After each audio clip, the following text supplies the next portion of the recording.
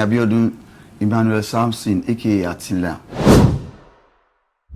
Ale ariwo JSM lọ́mọ Bísọ́mọ lùgbàlùgbà like that. Ẹ jọ̀ọ́. Àánú ni mo béèrè. Àánú ni mo béèrè. Àánú ni mo béèrè. Àánú ni mo béèrè. Àwíjàre kò sí o. Àánú ni mo béèrè. I was in a hair. I was in exile. Máa ń sá fún èèyàn tó bá mọ̀ mí. Mo ti pàdé oní tíátà dáadáa lọ́nà tí mo sá pamọ́ torí look mi. In fact,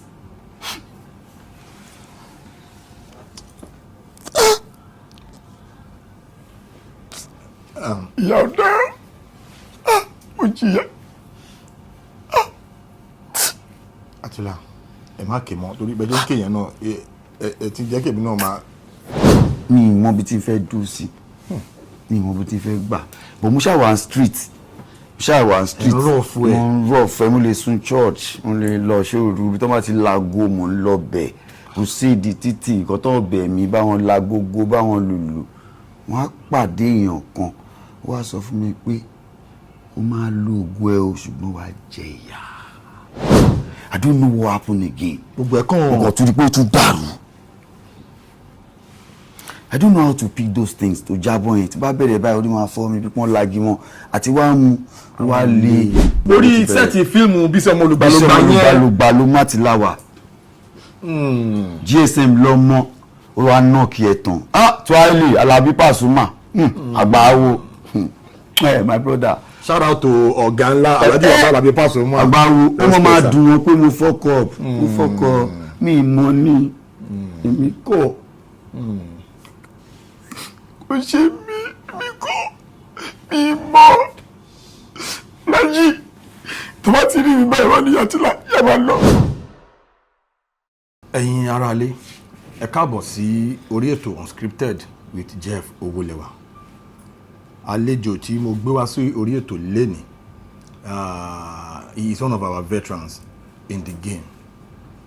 Àwọn ni people like us and a lot of my colleagues tí wọ́n wò fi ṣe àwòkọ́ṣe nígbàtí a máa wọ industry.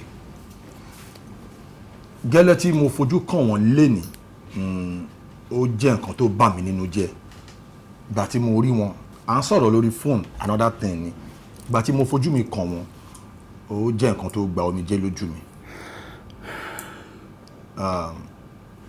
Atila ẹ káàbọ̀ sí orí ètò ẹ kí àwọn aráalé.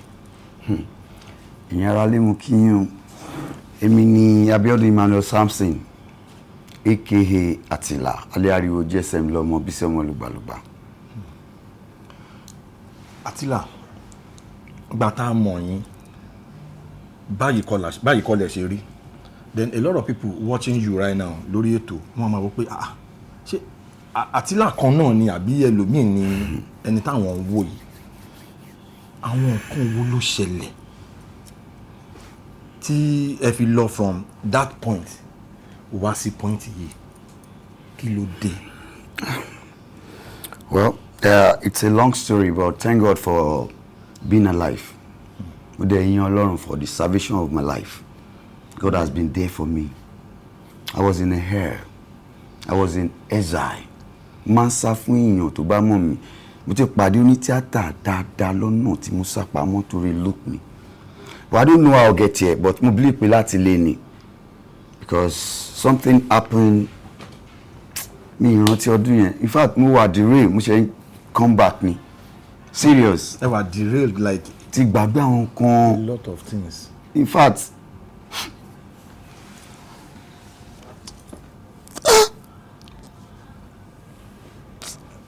ìyá ọ̀dà mo jìyà.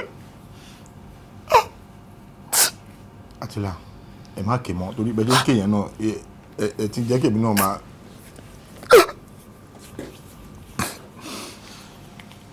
Atila ẹ jẹ́ ká ní sùúrù. Àròkàn ó máa ń fa ẹkún àsunsùndà. Ẹ má ké mọ́. Mo nígbàgbọ́ mo nígbàgbọ́ nínú Ọlọ́run.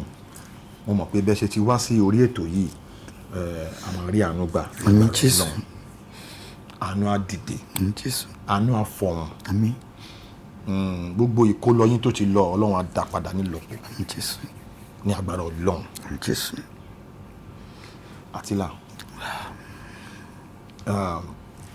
ẹ ń sọ àwọn kankan lórí fóònù nígbà tá à ń sọ̀rọ̀ ẹ ń sọ pé mo níbo lẹ̀ ń gbé ẹ nínú ṣọ́ọ̀pù kan àwọn kan wo ló kí ló ń ṣẹlẹ̀ gangan ẹ ṣàlàyé fún àwọn ará ilé ń gbọ́. Èkó ni mo wà. Okay. Mo ti ní slow nígbà yẹn mo ń gbé ibì kan pé ní Òkè Ṣàgùn. So that was a kind of thing to happen in family mi tó jẹ́ ọ̀rọ̀ owó issue. Okay. I don't want to name anybody. Okay. But I discovered ijó ta lọ sí bank ta lọ gbowó èmi àti àbúrò mi Bùnmi. Ọ̀rọ̀ tí n fẹ́ sọ yìí kábíyèsí Ọlọ́run ṣe Ọlọ́run. Somebody told me to bring the money that belongs to me and my sisters. Okay. I am the only son in the family. Okay. Ìtọ́bí pẹ̀lú mi tó jẹ́ àbúrò ọkùnrin ó ti kú. To cut the story short, èmi ni mo ń ṣe pé ká pín. Okay. Then mo ní ká máa lọ sọ́dọ̀ mi nǹkan kan ṣẹlẹ̀ wọ́n divert mi lọ sí ọ̀dọ̀ bí táwọn fẹ́ ká lọ mi fẹ́ dárúkọ. Okay. But thank God mo rántí pé wọ́n á kó yẹn fún ẹni yẹn tó pè mí pé kí n jẹ́ káwọn bá wa pín. So later mo kàn rí i pé lẹ́yìn ìgbà yẹn mi get ara mi mọ́. Get ara yín mo bí spiritual. I was doing fine. Kò sí nǹkan tó ṣe mí o mo wà okay mo ń ṣiṣẹ́ tí mo ṣe ń sọ̀rọ̀ ìgan mo ṣe ń kúnlẹ̀ o. I paint. Painter ni yín. Yeah. Mo ní star gan pẹ̀lú painting work yẹn nítorí tí mo ti wà. In fact iṣẹ́ kan wà tó yẹ kí n ṣe léèní mo pèèyàn kan kọ́ lọ ṣe é ní ká ní mo ṣiṣẹ́ yẹn máa tẹ̀ ṣe bí 15,000. Ká ní pé ẹ lọ sí ibi iṣẹ́ yẹn ṣe máa lè bí 15,000. Torí tábà pò ọ̀dà yẹn papọ̀ gain tí máa ṣeré pẹ̀lú pé mo wá ṣe á sì jẹ́ 15,000 naira.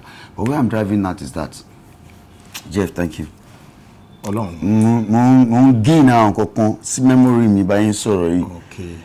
So wọ́n á rí i pé mo fẹ́ gbalé ẹni tó jẹ́ ẹ̀gbọ́n mi ló bá mi gbalé yẹn. Okay. Meanwhile Òkè Ṣàgùn náà gbà sí. Okay. Àǹtí mi ẹ̀mí wọn mọ́ sí wọ́n dẹ̀ wà láyé for years. So àtìgbà yẹn nìkan ti dàrú. So máa ń ra mi níbi tí ò yẹ kí n wà. I'm sorry to mention this name.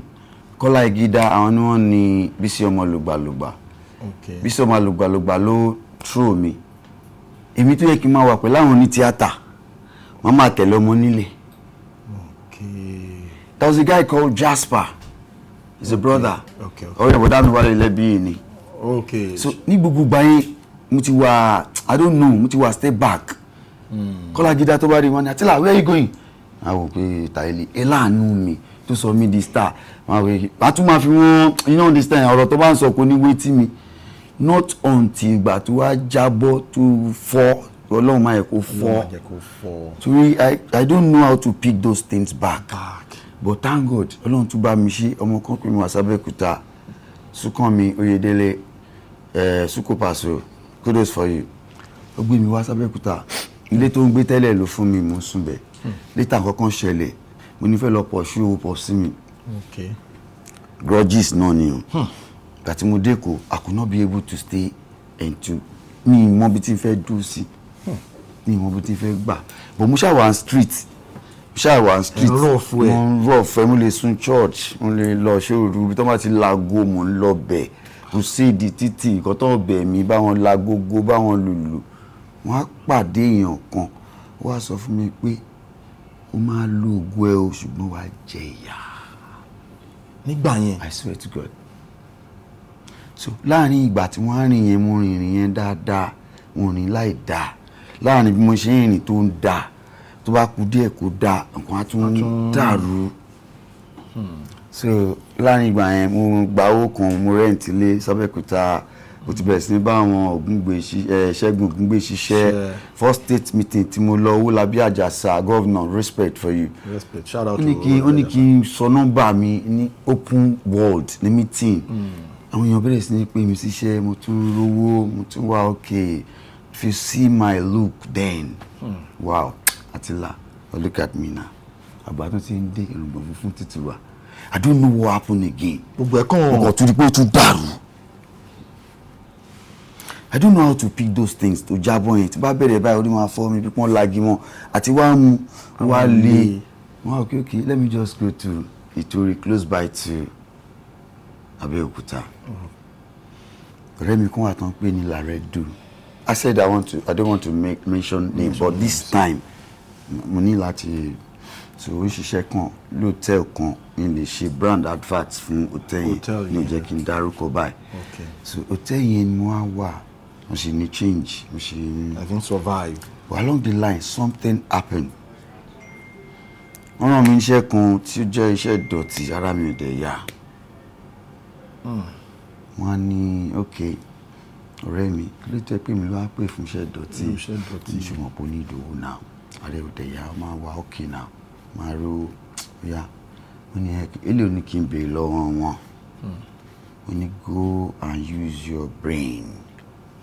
Ọlọ́run dá nǹkan padà fún mi ó dẹ̀ pé òye mi ti bẹ̀rẹ̀ sí ní ṣí báyìí yes mo ti ń gain ní sense mi báyìí Ọlọ́run ṣe o so wọ́n á sọ fún ẹni yẹn pé ẹ jọ̀ọ́ ẹ fún mi ní iye báyìí imagine Àtìlà wọ́n ní kí lọ bá wọn clean toilet wọ́n ti lò over 12 years nínú hòtẹ́ẹ̀lì yẹn torí ó ní kankan tó ṣẹlẹ̀ tán fi abandon ibẹ̀ yẹn wọ́n á sọ fún wọn ẹ fún mi ní iye báyìí yẹ ni mi ò lè sọ ohun tó bá ti lè gba 4,000 níwájú ọlá àti ìmọ̀ mi ẹ wo ó sì kó tó ṣe mí o wà ókè mi lè ṣe o fẹ̀kàn tẹ́lẹ̀ gan tẹ́ bá pè mí tẹ́ bá ní kí n bá yín ṣe mí ní lè ṣe ẹná ọmọ ẹni àná ẹni àwọn ọmọ ló ṣe jẹ́ mi yẹ́yìn ni mo lè ṣe fúnra mi o mo dẹ̀ lọ mú aṣọ tí ò dọ̀tí mo dẹ̀ kí bomi wọ́n á wọ̀n lọ́kùn báyìí pé so ayé yìí le o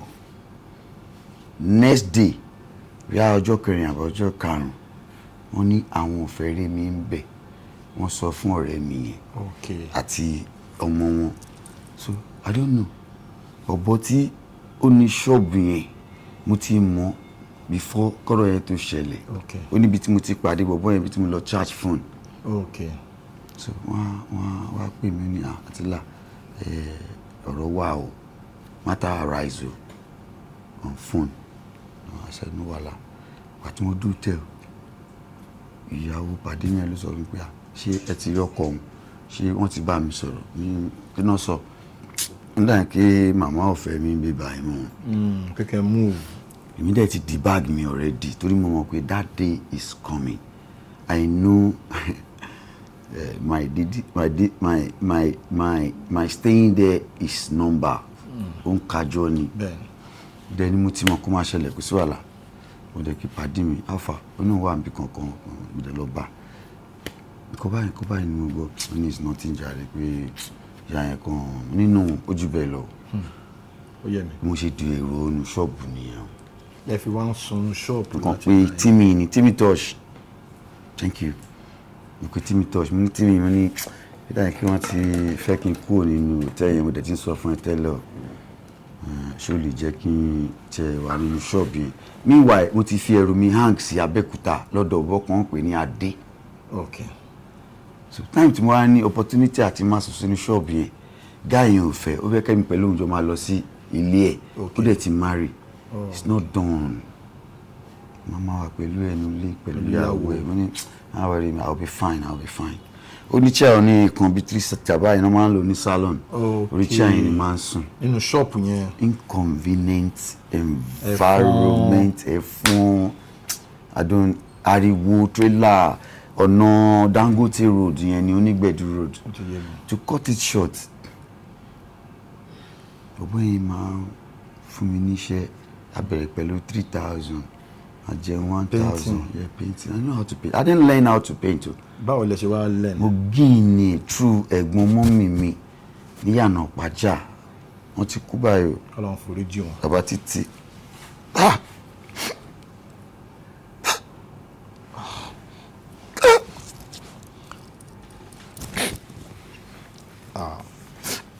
But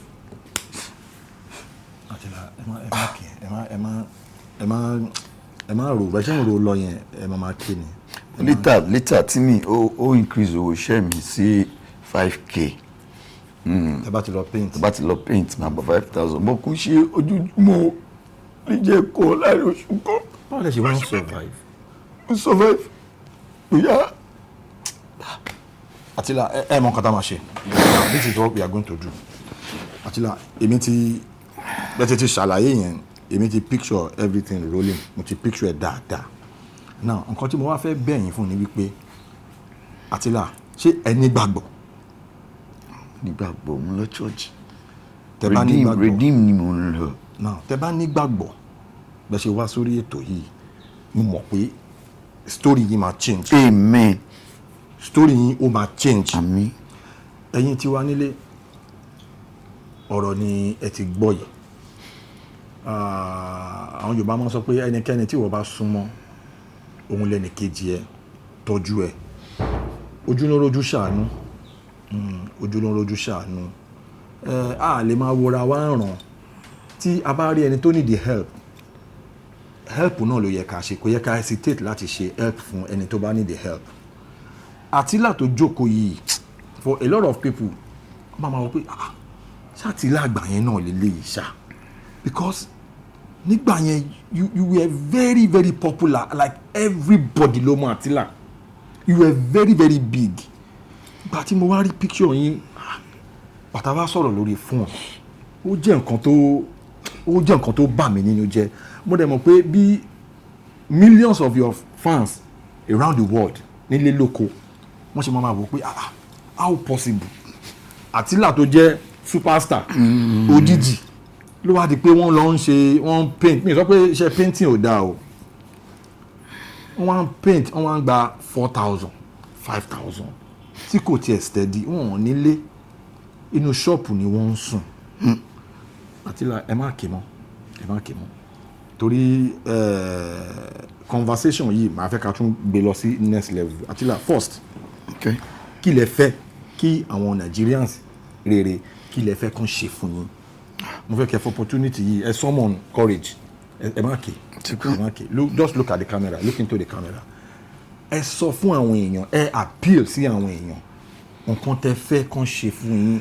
Ẹ nídìí owó láti fi get accommodation ẹ nídìí owó láti fi set up business. Sure.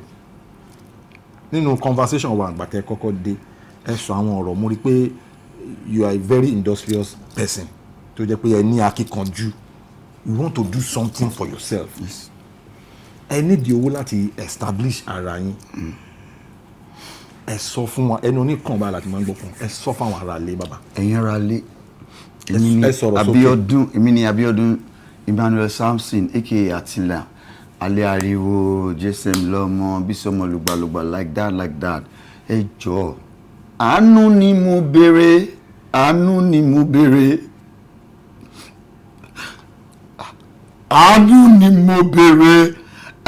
mo béèrè àwíjàre kò sí o àánú ni mo béèrè àánú ni mo fẹ́ kí n máa ṣiṣẹ́ kí n lè bọ́ra mi torí ọjọ́ alẹ́ mi kí n lè pètò ẹ̀ lẹ̀.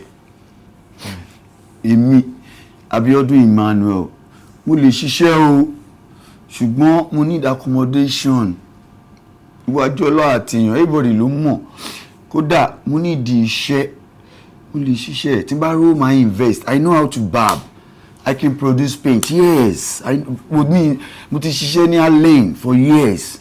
Barbing mo ṣiṣẹ́ ní Macintosh. So tẹ́ bá rí salon tẹ́ bá rí shop ẹ lè ṣí salon. In a very big way. Tẹ́ bá tún rí resources tẹ́ rí owó. Màá tún máa ṣọ̀dà. ẹ lè produce ọ̀dà. mo lè produce ọ̀dà. So ká ní pé ẹ wá rí kọ́lọ̀ ń ṣe kẹ́ rí accommodation kẹ́ wá invest sínú bí i barbing salon tàbí bí i painting industry níwọ̀nba tẹ́ bá lè fi bẹ̀rẹ̀. Máa dúpẹ́. ìyà ò dáa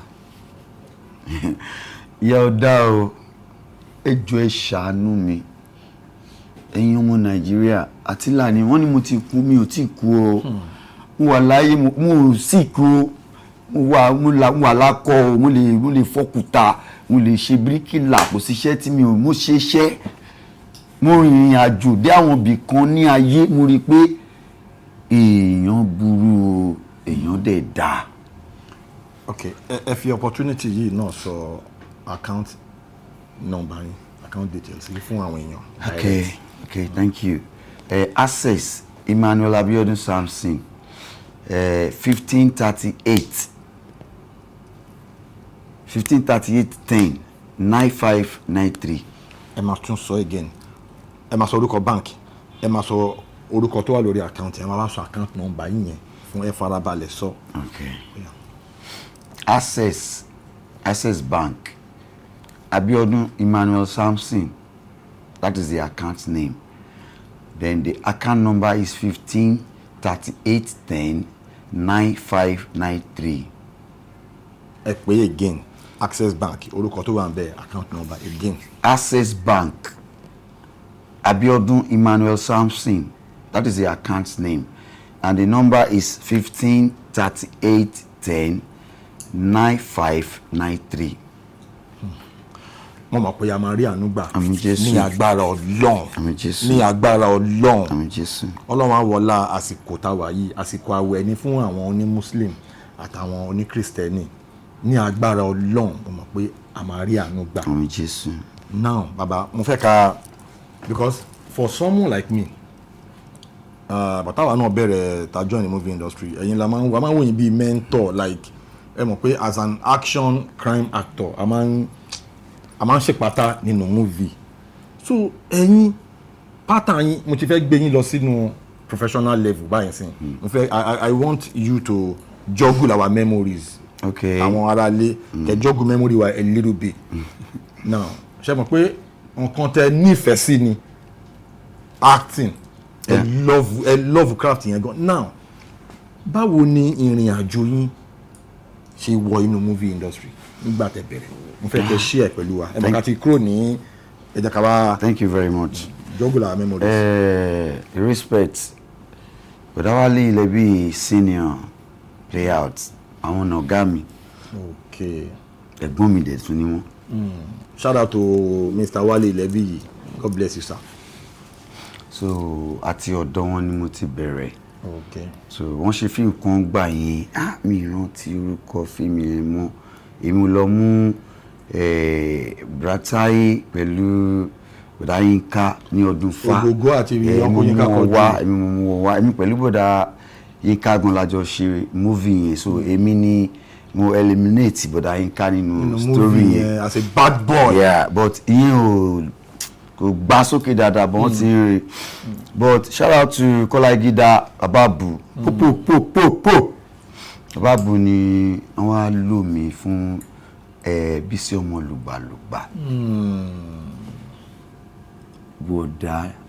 bọ̀dá ẹ ṣàánú mi o so nínú movie yẹn Ajigijaga respect Agbawo of blessed memory. first thing ti mi mọ̀ pé mo máa ṣiṣẹ́ nínú iṣẹ́ yẹn ẹ kàn dórí set yẹn. Then soundman ni mí generator man ni mí light man mo wà nídìí generator nsàlẹ̀ because ọba máa ṣiṣẹ́ mi báyìí generator láti wà fà torí sound.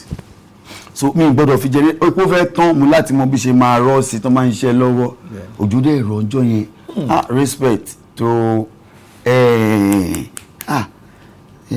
kí ni ẹ ti ń wá o ti ń gé ní sẹ́ǹsì yẹn padà o kí lórúkọ bàbá tán ṣe alẹ́ ariwo yẹn Uncle Wemi more films Arakungudu tí kùngbà yẹn of blessed memory bí tí mo wà ń bi generator irun mi pọ̀ as a street guy ọmọ wa stylish glamour so bí tí mo wà ojú yẹn rẹ̀ mo ṣe à ń ṣe generator bí pé mo marry ẹ̀ àsìyàwó mi ni tẹ́ gbọ́dọ̀ filẹ̀ torí gbà yẹn discipline wà náà bí mi rè iná máa wá kú ẹ máa ní. tí generator bá gbọ̀n lọ báyìí mo láti gbọ̀n lọ báyìí ẹ máa gbọ̀n tẹ́lẹ̀ bá gbọ̀n wá báyìí mo láti gbọ̀n wọ́n jò yẹn rọ fáyà.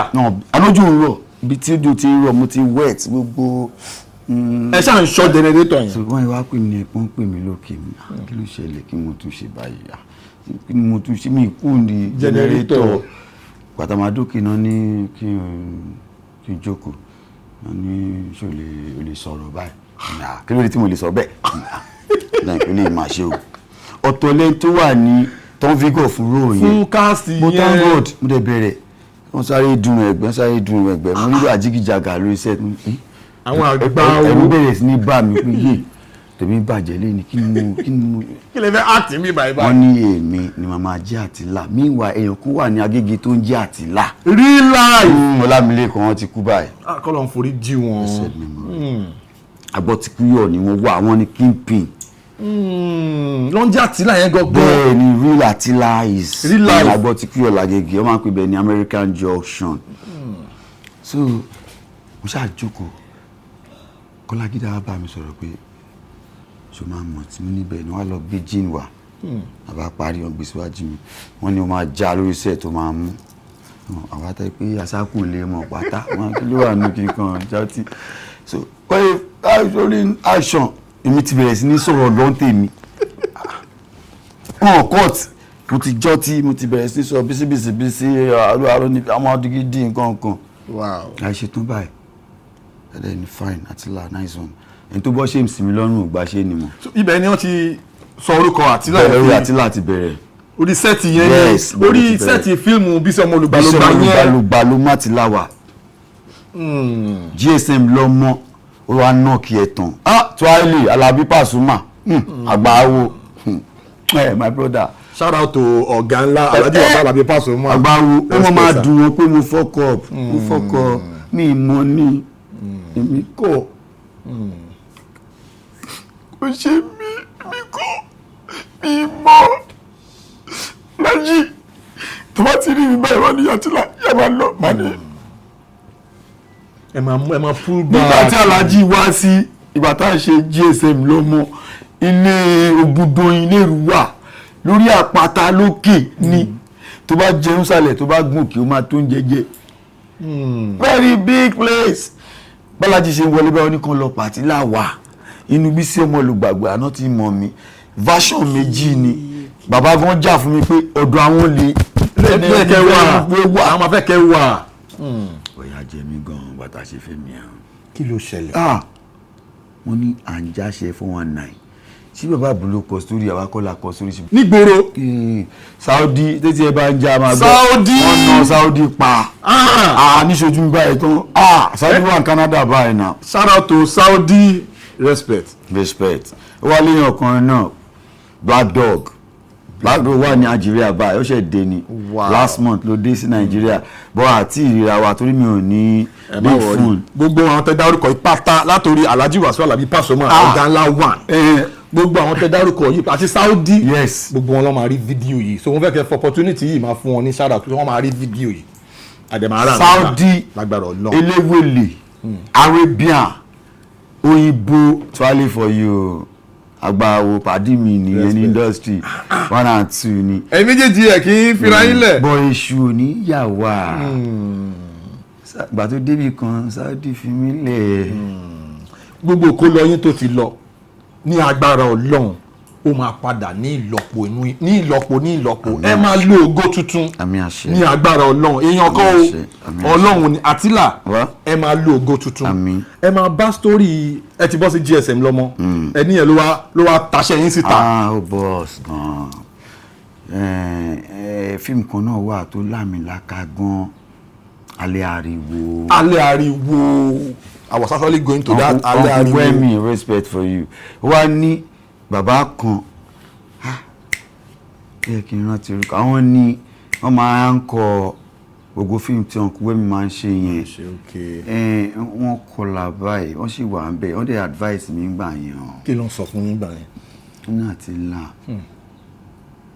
ṣẹ́ni bá rìn ṣẹ́ni bá rẹ̀ o ò ní wálẹ̀ o I swear to God ọlọ́run máa jẹ́ kí n rántí orúkọ bàbá yìí. ẹ máa rántí in the course of. wọ́n máa ń ṣe kọ́mẹ́dì. ẹ máa rántí in the course of the ètò orí sẹ́ẹ̀tì Alẹ́ Ariwo yẹn báwo ni casting yẹn ṣe wáyé then ìgbà tẹ́ dórí sẹ́ẹ̀tì yẹn working with the greats like Funsho Adeolu finest, working with Aunty Lola Lao, great, you know, working with all those fantastic ẹ ṣiṣẹ́ pẹ̀lú Aunty Bukky Wright, ọ̀pọ̀ nínú film Kani. Oh my God. Mo ṣiṣẹ́ nu Kani náà, but Wale ló direct ẹ̀ náà. Mo wà nù Kani náà. Then Ibrahim kini yóò ti rough, but ó ti ń dẹ̀gbẹ́ ó ti ń tẹ̀ láwọn wrong side. So I swear to God, tó bá ní òkìkí tó ní ògo gbàdúrà o. Ẹni tó ní ogun lẹni tó jẹ́ ìràwọ̀ o. Ẹni ológo lógún máa ń tẹ̀lé. Wàláì tẹ̀láì. Nǹkan tó jẹ́ kí n bọ́ díẹ̀ ni pé mo súnmọ́ Ọlọ́run. Ẹ máa ń gbàdúrà. Mi ò ní gbàgbọ́ nú àwọn èèyàn kan tó máa pera wọn ní pásítọ̀ àbí àáfà àbí bọ̀ Ọlọ́run. Ẹni gbàgbọ́ nú Ọlọ́run. Ṣùgbọ́n Ọlọ́run rán èèyàn sí èèyàn láti ara ìgbàgbọ́. Bẹ́ẹ̀ni. But àwọn nǹkan kan tó ń tẹ̀lé èèyàn náà máa tún gbọ̀n nǹkan yẹn dànù. Ogun ni ológo lógún máa ń tẹ̀lé. Bẹ́ẹ̀ni bàbá. Ògo tuntun yẹn ní agbára Ọlọ́run ẹ máa lò. Àmín Jésù. Now ẹ jẹ́ ká tún padà a little bit lọ sí professional side. Nígbà tẹ́ ṣe alẹ́ ariwo yẹn ẹ ṣe sí nǹkan ó ní àwọn ẹ fún wa ní lámbà kan nínú alẹ́ ariwo yẹn. Alẹ́ ariwo was released in the year 2004. Ó ti pẹ́ mi tí ẹ rántí. 2004. So ẹ lo lámbà kan ẹ lè recreate sí yẹn fún àwọn ará ilé. Okay, ìgbà tí mo gbé Àlàó lọ sí school. Bẹ́ẹ̀ni. Mo tí irun mo rántí.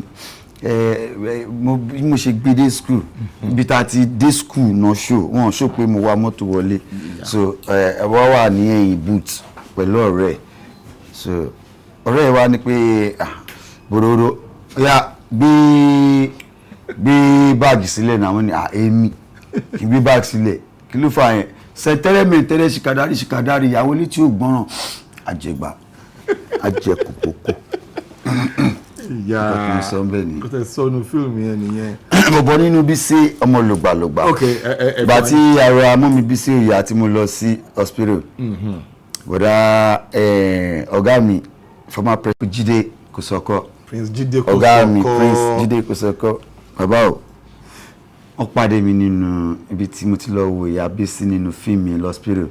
So èmi wá sọ fún ìyá Bísí pé ìyá tí ó rẹ̀ tó ń dán èmi dẹ̀ tí ń tìrì yẹn wá pé àmọ́ tayọ̀ nílé tó wà mọ̀ ń wá yìí so wọ́n embrace Uncle Jídé because a pàdé Uncle Jídé wò mí pé Tayọ̀lé èmi náà wọ̀n pé Tayọ̀lé so ìgbà tí Bísí wá fẹ́ ṣe birthday àsìgboro tí mo léèyàn tí mo lẹ́nu olówó gbàgbé olówó tó bá ṣe dáadáa náà rí ẹ lólówó ìgboro máa bójú olówó jẹ́ o aṣáàdé pàtí olórin kọrin kábàá fọ́rọ̀ ògùn thank you for putting me in this mood thank you so bí oyin ṣe ń kọrin mọ́ ìyàwó olówó méjì tó ń fowó táǹkù ara wọn. nínú movie industry especially ní era yẹn àwọn creativity yín ó wá ń deep gan nígbà yẹn compared to now you know nígbà yẹn tí actor bá wà creative to that point kò lè rí one scene ṣe nínú movie. bẹ́ẹ̀ni bẹ́ẹ̀ni. nígbà tẹ́ ṣe from Generator Boy nígbà yẹn ní set tẹ́ sọ pé wọ́n pè wá sókè yẹn ṣé mo kí performance nínú fíìmù yẹn ló jẹ́ kẹtún gẹ̀ẹ́tì fame another one sínú GSM lọ́mọ bẹ́ẹ̀ni then ẹ wá improve ẹ wá lọ sí. wẹ́mi wà rárá àwọn tí ó jẹ́ kí wọ́n lò mí fún Bísí ọmọ lùgbàlùgbà because ó wà ní set yẹn. wọ́n wà lórí set yẹn náà. wọ́n wà bẹ́ẹ̀ ó pè mí lọ sókè ni àwọn àgbà wo jókòó báyìí Arákangúdù sí ìgbẹ́bọ̀ Arákangúdù wà ní orí set yẹn. wọ́n wà ní location yẹn. ní yàrá yẹn ṣé mo lè rántí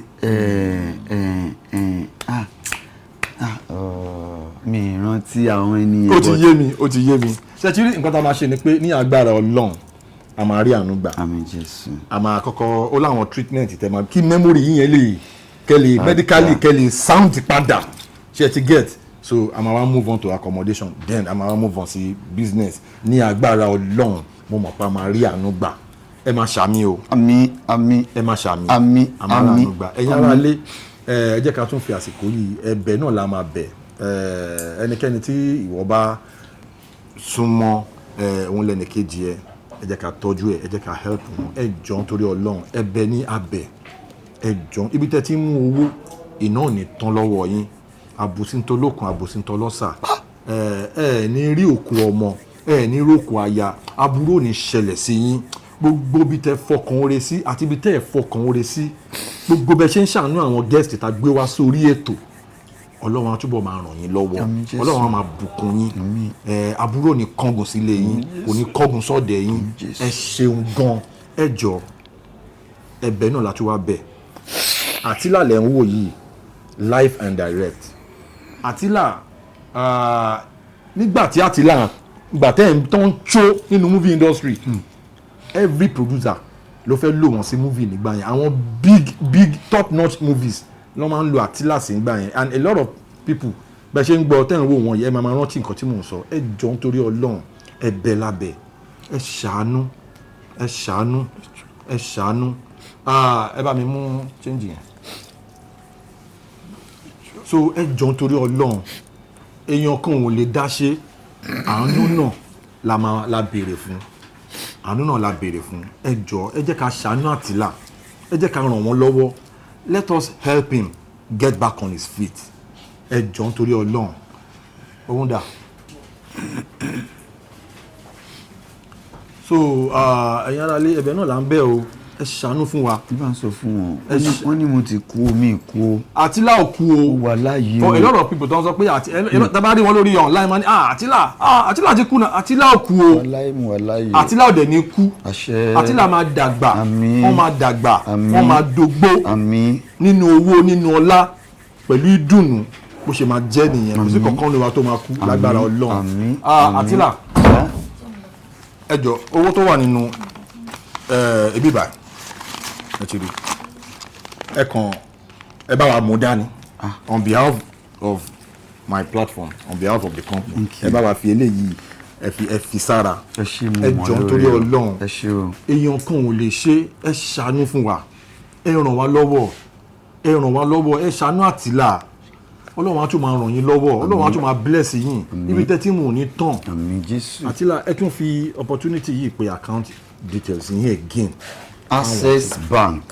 Okay. Samson Abiodun Emmanuel 15 38 10 9593. Ẹ pè again. Access Bank. Samson Abiodun Emmanuel 15 38 10 9593. Okay, account number correct abi? Correct. Correct. Ẹ jọ̀ọ́ torí Ọlọ́run. 15 38 10 9593 ó máa gbé Abiodun Emmanuel Samson wá. Ẹ jọ̀ọ́ torí Ọlọ́run ẹ ṣàánú wa. Now, Àtílà. Sir. Ẹ fèlè sápò.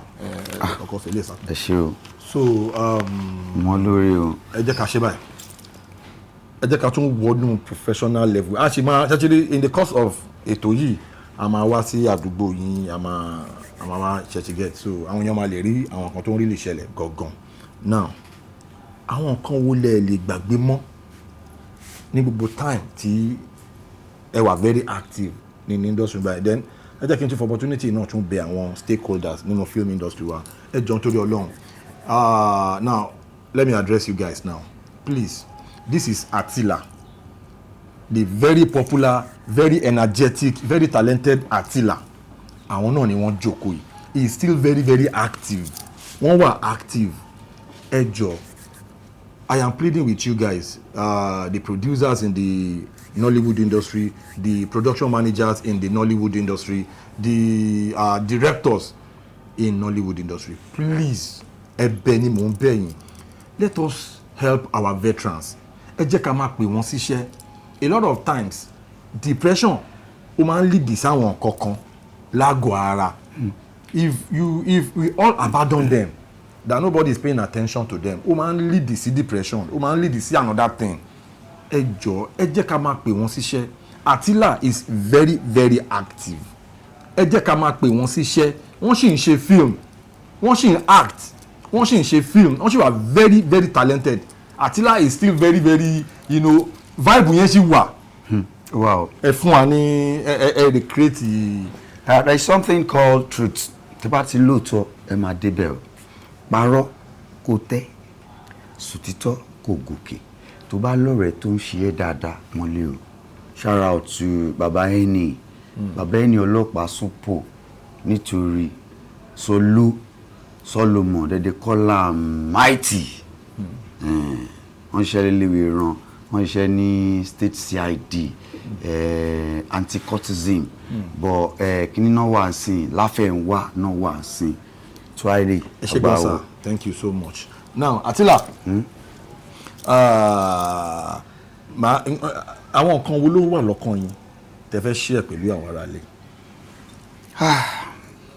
Àwọn nǹkan tó wà lọ́kàn mi tí mo kọ́kọ́ fẹ́ share ni pé ó yà mí lẹ́nu gan pé mo máa bára mi níbi tí mo bára mi, torí mo rò pé ó ti pín, kò ní pín lágbára Ọlọ́run, kò ní tán lágbára Ọlọ́run. Mi mọ̀ pé mo tún máa ṣì wà nínú life yìí padà báyìí, because I was shocked. I didn't know. Bẹ́ẹ̀ sọ̀rọ̀ kan mo dẹ̀ láti sọ torí pé a gbọ́dọ̀ fojú olóore gúngi. Okay. Ẹnìkan wà wọ́n pè ní Fúnmi, àbúrò ọ̀rẹ́ mi ni, ó upload mi láì sọ fún mi pé mo need help torí nǹkan tó ṣẹlẹ̀ sí bra tó kú yìí mo lórí pé tẹ́nì yìí ṣì fi lè máa rí favour kí ló wá ṣe gbóhùn 2 years ago mo ti rí ẹni tí mo ń sọ ìwájú ọlọ́ àtìyàn mi tó pé tó sọ̀rọ̀ kan àti kejì tóun fi bínú tó bẹ̀rẹ̀ sí ní bomb. Thank you. Èèyàn kan wà tán pè ní Ibrahim, shout out to Ibrahim. Shout out to Ibrahim Àtilọ́lá sound òun ló wá pick up nígbà tó rí. So bàtí Ibrahim pick up ẹnìkan kan pè mí ní last week Saturday ni, ó dùn pé fún yẹn ò sí mi báyìí, mo ti fún ẹnìkan kó bá mú dání kó má bàa ring bí báyìí torí pé recording ni. So ẹni wá pè mí, it was me multi time wọ́n ṣáà pè mí pé ẹ lọ ṣẹ́yìn látìlà, wọ́n ní bẹ́ẹ̀ ni sà, wọ́n náà ń gbé torí, mo ní bẹ́ẹ̀ ni sà, wọ́n ní bò ń wà báyìí, mo ní mo wà ń torí, wọ́n ní ẹ ní small phone pẹ́ ní phone tó lè fi browse, mo ní bẹ́ẹ̀ ni.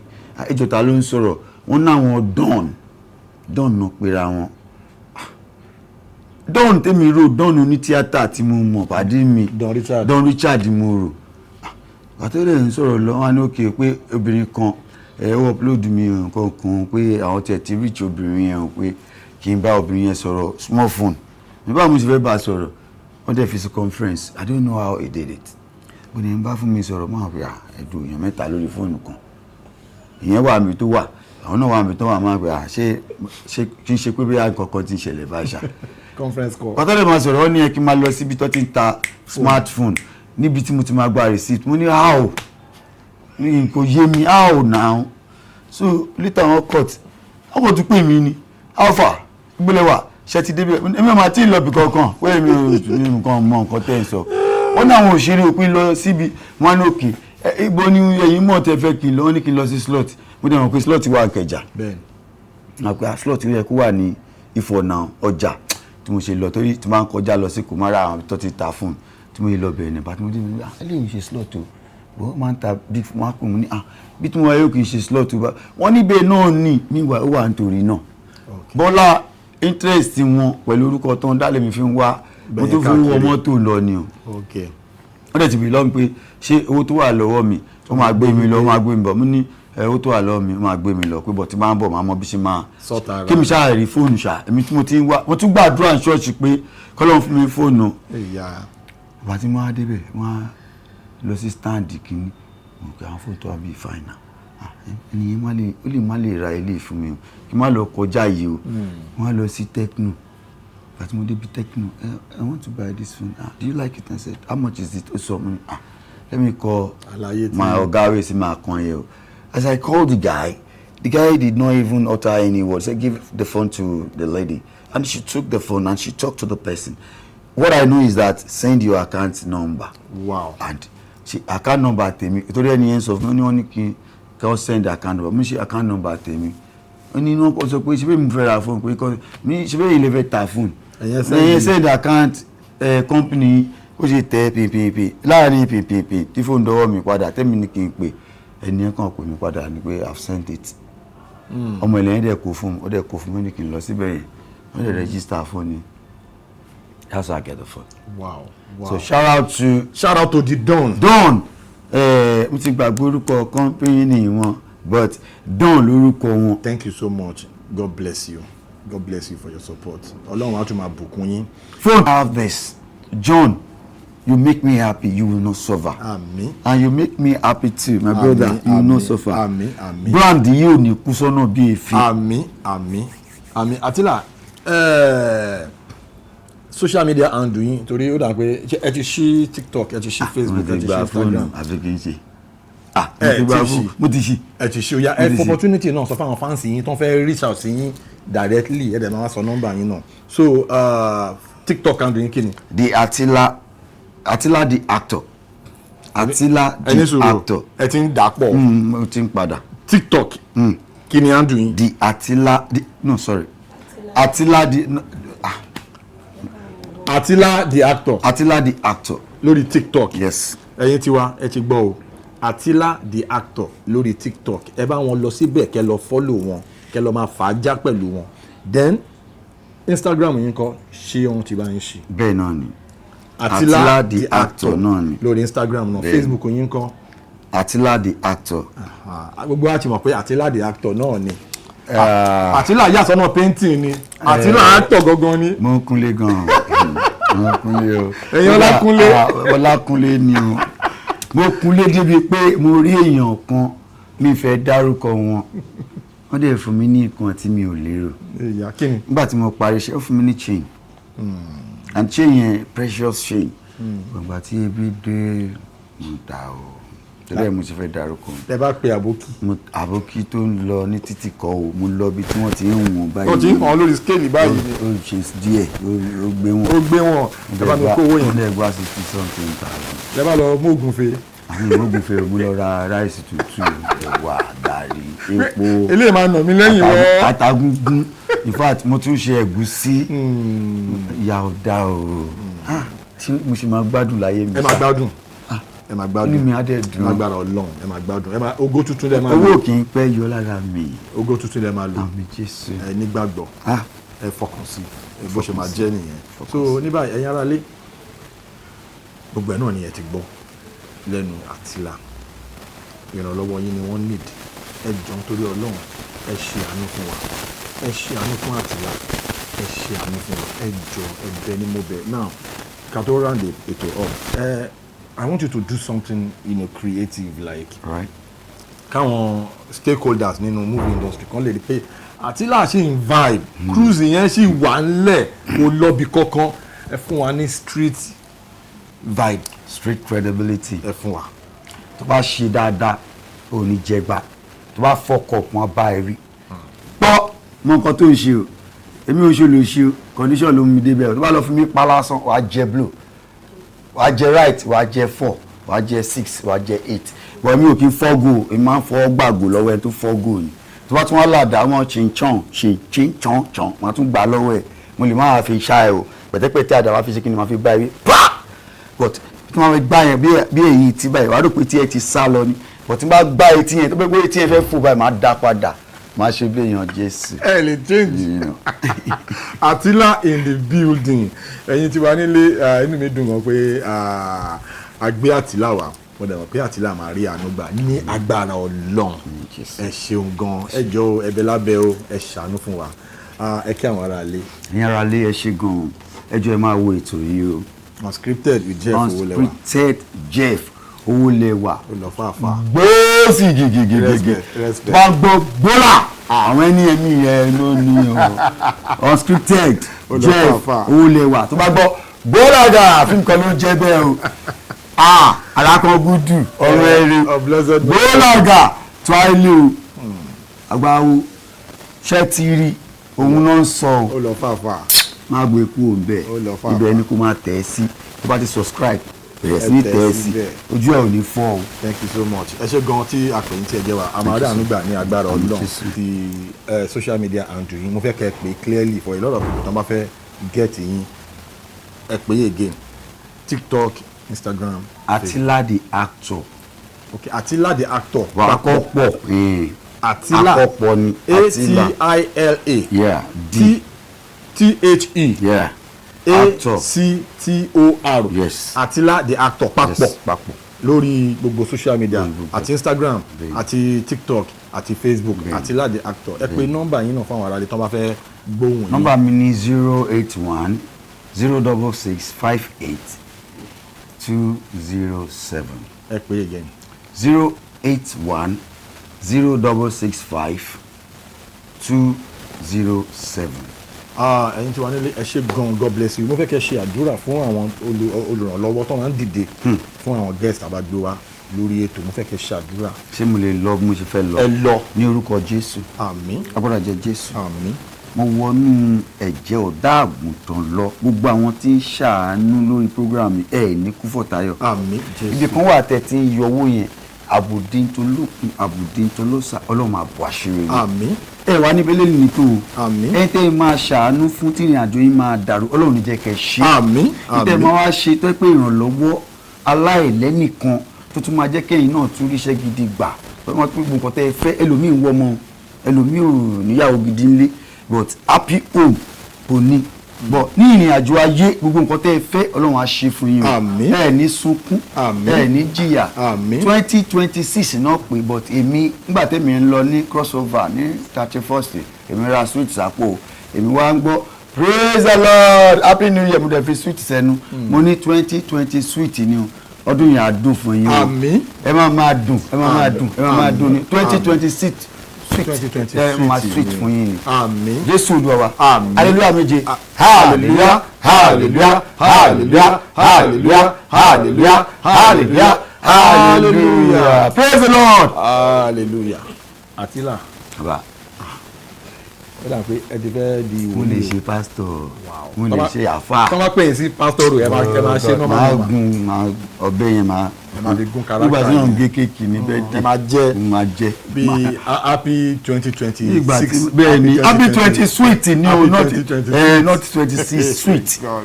ìgbádùn ẹ mẹ́bi báyìí ṣe happy new year everybody yóò gbé báyìí mo ń fi sweet fáwọn èèyàn báyìí redeem ni mo lọ ilé òṣèré o. Wow, wow. My pastor even know àwọn last week nígbà tá à ń ṣe crossover ni. Wow. Ẹ ṣeun gan, ẹ̀yin tí wà nílé ẹ ti gbọ́ ọ̀rọ̀ lẹ́nu Attila the actor. Ẹ ṣeun gan, God bless you. Mo mọ̀ pé tá a bá máa gbé yín padà wá sórí ètò ọpẹ́ ńlá la máa dú ọpẹ́ rẹpẹtẹ òun la máa dú. Thank you so much. Ẹ ṣé gan. As we come to the end of this episode of Unscripted with Jeff Owolewa, God bless you for your support. Bye. Ó yà mí lẹ́nu Jeff máa fún mi lówó Jeff Owolewa ó ní mo ṣe kí máa tún fọwọ́ kan owó tuntun báyìí ó máa tó jọ mẹ́ta yìí mo ti fọwọ́ kan báyìí ó kò ní sórí burúkú Jeff wà á sóríire o ìpè kan wáyé mo fẹ́ ṣẹ́ fún ẹ àwọn ọ̀tá ẹ̀wọ̀n níbẹ̀ o níbi tíátà ọ̀tá wà níbẹ̀ o jẹ́ kí n sọ fún ẹ Jeff jẹ́ kórí ẹ̀ kó pé o ẹni fẹ́ àtẹni tí ò fẹ́ náà ṣùgbọ́n ẹ o èyí tó fẹ́ ló máa rírì jẹ́ o èyí tí ò fẹ́ Ọlọ́run ní pa á wà nìkan náà nígbà tó bá ń ṣàjọyọ̀ á máa yọjú ń ta báyìí èèwọ̀ máa mú nídìí kò ní lè jókòó bí ó bá náà fẹ́ rìn èso agúnlẹ̀sẹ̀ kò tún lè rìn ní ó bá ti wá ń ṣàjọyọ̀ owó yìí ó fún mi wà á rówó náà ó ní ṣíṣe sẹńtẹrẹ mẹńtẹrẹ ṣìkẹrẹ Attila is back you understand I'm back. Oh yeah na I want to do it back to back. 100%. 100%. ní GSM ìgbà tó fẹ́ pa Attila ó ní Attila ń lọ can you see that Attila ti dé ni o Attila ò lọ anywhere mọ́ shine your eye. Ajé. una no go push me comot there o. Ajé. ẹ lè sún mi kó n bẹ. Ajé. ó wà ń bẹ o. Attila is back. No.